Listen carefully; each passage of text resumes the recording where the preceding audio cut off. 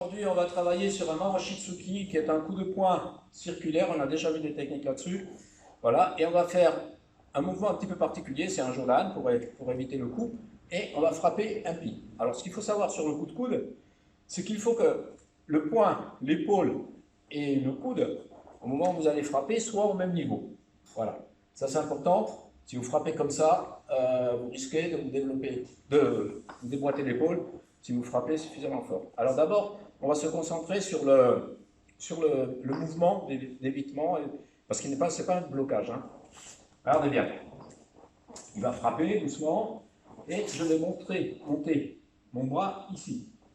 Vous voyez, dans cette position, et je vais accompagner son mouvement. Voilà. Ensuite, on va revenir, et on va venir frapper. Alors, ce mouvement, il faut l'accompagner avec le buste à la fois vers l'arrière et sur le côté. Regardez bien. Donc là, voilà, frappe avec le bras. Vous voyez le geste? Il faut absolument l'accompagner et le dévier vers le haut. Là, là, maintenant on rentre. Et on vient frapper. Attention, une frappe comme ça fait quand même très très mal. Hein. Voilà. Allez, frappe un peu plus vite. Hop. Et on vient frapper. On va le faire de l'autre côté.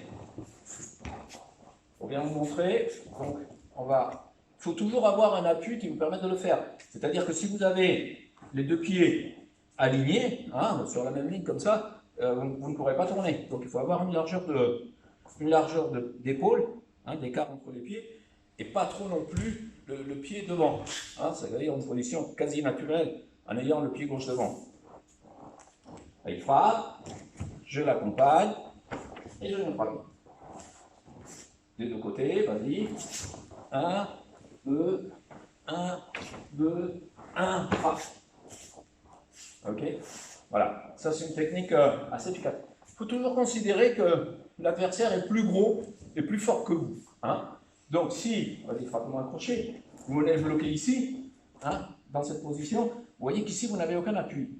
D'accord. Donc s'il est plus puissant que moi, il va me frapper, il va me basculer, même s'il ne frappe pas, au moins, il va me faire perdre l'équilibre ici pour après me tuer avec l'autre. Hein. D'accord. Donc essayez de ne pas bloquer le bras ici. Laissez-le passer, déviez-le vers le haut. Voilà. Ok, de l'autre côté. Hop, on va le chercher à la sortie. Voilà. Et ensuite, il faut rentrer suffisamment vite pour pas qu'il puisse me frapper avec l'autre bras. Ok, donc voilà pour le coup de coude, hein, un PJAT, sur un Marashitsuki qui est une attaque circulaire. Merci.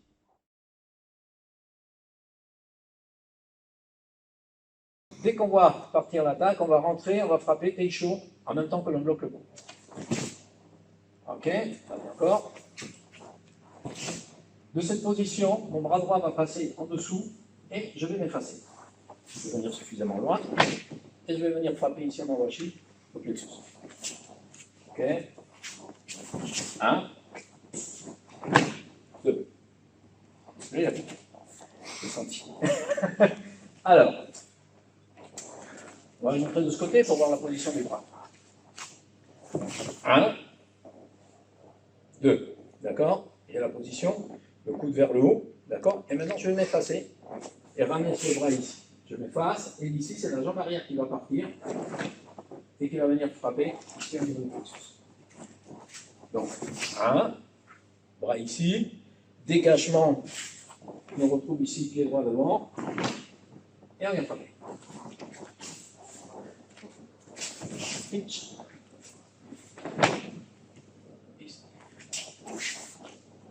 Avancez. Dégagez, visez le plexus avec la base des orteils. Ici. Ok.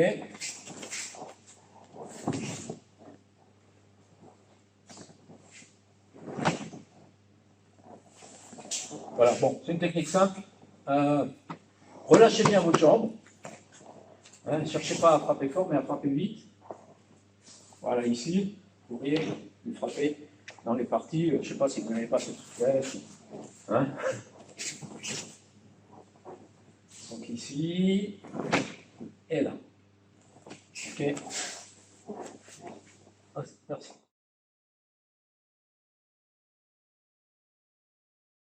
Ici, pied gauche devant, bien sûr. Alors attention, ne prenez pas une position comme ça, très écartée, hein. Juste pied gauche devant, voilà, le poids réparti sur les deux jambes. Le ventre serré, hein, pas ici comme ça, vous voyez, là je ne plus en arrière. Donc positionnez bien les fesses de façon à ce que le poids du corps soit entre les deux jambes et que vous puissiez démarrer avec suffisamment de vitesse. Bien, donc il va frapper son Maruashitsuki, vas-y, voilà, et vous allez venir l'arrêter. Ici, d'accord? Voilà. Donc vous avancez le pied gauche, vous menez le bloqué et vous continuez l'action en faisant ça avec la main. D'accord? Vers le sol. Attention, attention, hein, ne levez pas le bras avec intention par exemple de le saisir ou d'enrouler, parce que le coup viendrait vous frapper à ce moment-là sur les côtes et ça ne va pas vous faire du bien. Enfin, je pense. En même temps, le thé chaud au menton. Voilà, et on avance. Donc on va couper l'élan ici et on avance. Donc pensez toujours au déplacement, avoir une position naturelle. Voilà, 1 et 2. Si vous avez une position de jambes trop écartée, hein, on va prendre comme référence par exemple ce tatami là ici.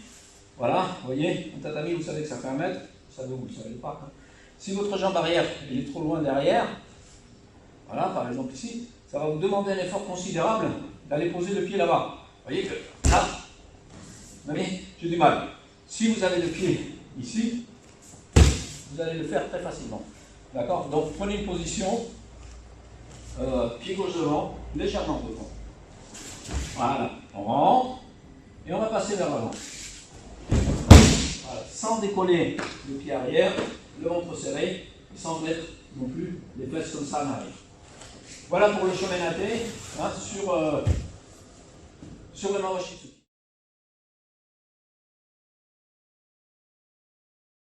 Avant qu'il dépasse le niveau de l'épaule. Voilà. Alors on fait cette technique en yaku, c'est-à-dire qu'il avance, on est assez près, et il avance le pied avant pour frapper avec le poing arrière, vas-y. Voilà, d'accord? Si on était plus loin, il serait obligé d'avancer son pied arrière ou de se rapprocher. Hein. Voilà. Donc là, dans le cas présent, c'est lorsqu'il avance le pied gauche. Le blocage et le shuto doivent arriver en même temps. Voilà, d'accord? Donc deux shuto en même temps, ici et là. Là, on va se décaler un petit peu pour le mettre en avant et frapper un coup de genou avec la jambe arrière. Donc, 1, 2. Vers ici. Donc, rentrez bien les pieds gauche. Là, ici. On déséquilibre. Là, ici, où il n'y a pas d'appui. Et on vient frapper avec le genou arrière en remontant la hanche. Pas uniquement avec le genou. Tout le corps doit participer au coup de genou. On va faire ici.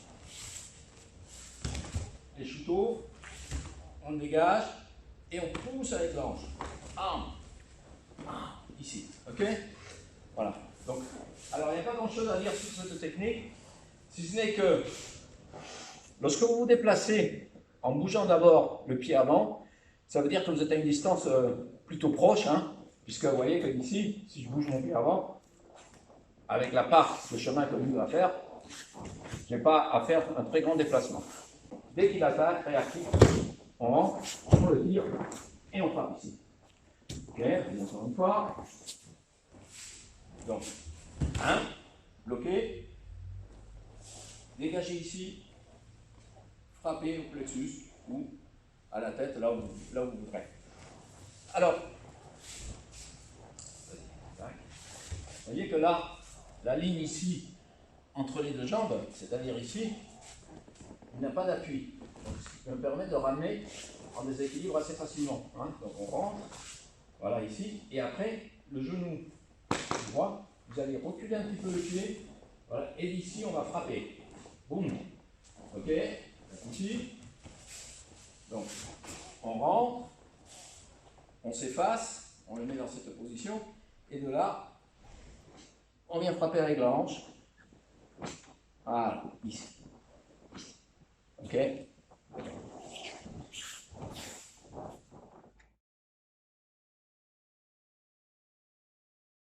Bon comité sur Maruashitsuki, c'est un shuto, d'accord, suivi d'un yakutsuki, avec un déplacement pour casser la distance. C'est-à-dire qu'on est pied gauche ici, il avance la jambe arrière, il vient frapper, vas-y on commence. Je vais déplacer ma jambe arrière également pour me retrouver ici loin de son attaque. Et je vais faire shuto. Le shuto, vous l'armez ici, au niveau de l'oreille, d'accord? Mais hop, et on bloque. 1 et 2, on suit avec un épée. Voilà, technique simple, hein?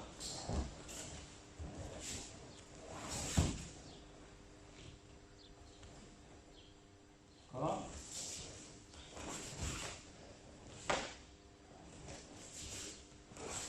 Frappez le bras.